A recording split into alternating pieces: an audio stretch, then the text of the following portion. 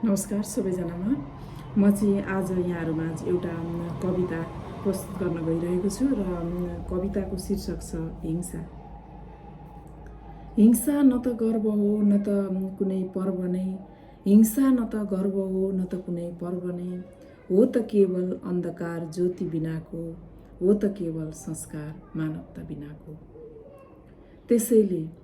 त्यसैले अरूलाई मात्र होइन आफूलाई पनि नपुर्याऊ है चोट, त्यसैले अरूलाई मात्र होइन आफूलाई पनि नपुर्याऊ है चोट। चोट त्यो हिंसा हो जसले दिँदैन खुसी मात्रै लगाउँछ खोट। आफू आफैसँग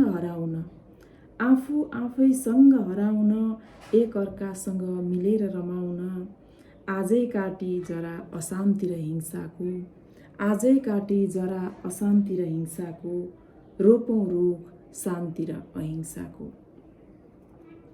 सानो यो संसारमा के रुसलाई युक्रेन, युक्रेनलाई रुस चाहिन्न र, ए भारत ए पाकिस्तान लडिरहे सधैँ बाटो दुर्गतिको जाइन्न र। जात फरक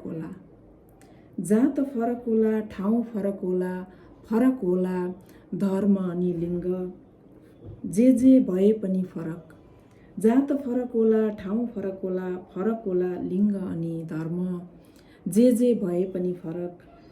मानिसले छाड्नुहुन्न आफ्नो सत्कर्म। कालो होस्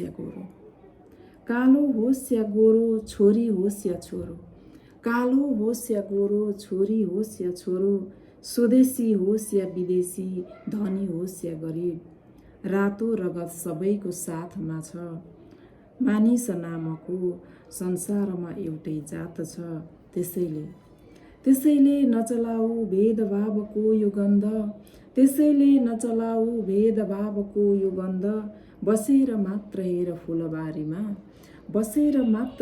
फुलबारीमा, फैलिएको छ कसरी विविधताको त्यो सुगन्ध। हस्त, धन्यवाद।